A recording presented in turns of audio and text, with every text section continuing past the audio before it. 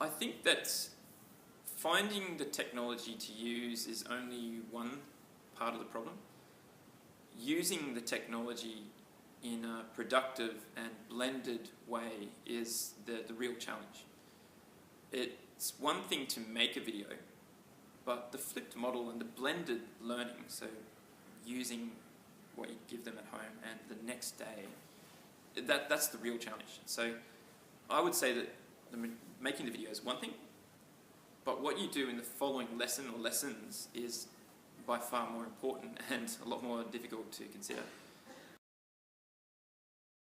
First thing that I consider when I'm making a video in this model is, well, where am I going to put it? How are the students going to get access to it? For me, there are two choices right now. One is with the software which is hosted by Camtasia Studio, and that's called Screencast. And that's fine, but I'm going to use that for specific material where I actually probably address the class or I address the school, etc. Or, and you can really isolate that. You give it to the students that you want to use it and them only. Or you could make it very public and go down the YouTube pathway. And that way the world can use it. You can make it private, of course, but the world could use it. But if you go down that pathway, you have to consider a lot of things. You have to really discuss what you're doing with your school and see whether it is okay to use the school's name or use the specific class name, etc.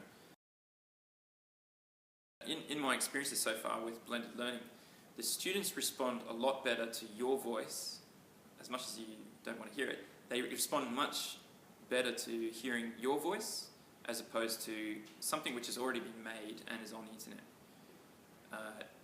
They will be more engaged to your voice because that is the voice that they hear in the classroom, and they trust you, I guess. So, is to be natural. Don't make it too scripted, or else you won't engage the students. Be natural, include all the errors, make some jokes if you want to.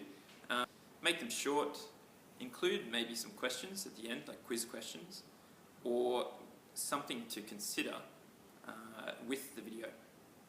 Give them some guidance as to how the video will be used. And on that point, I think it's really important that before you do any of this, you really prep your students and your parents about the model that you're going to implement. If the students don't understand your whole idea of giving them a video the night before and then you taking it further in the classroom, then the effectiveness is going to be lost on them. Are you going to review what was in the video, which can be a little bit of a waste of time, but it's completely up to you and the purpose that you have for the video, of course. Or are you going to set them a problem where they apply the knowledge that they've just got last night, or will you give them an extension of what you've done in the video, something which is different, a new context, or some kind of application of that content. So I think that that's really, really important.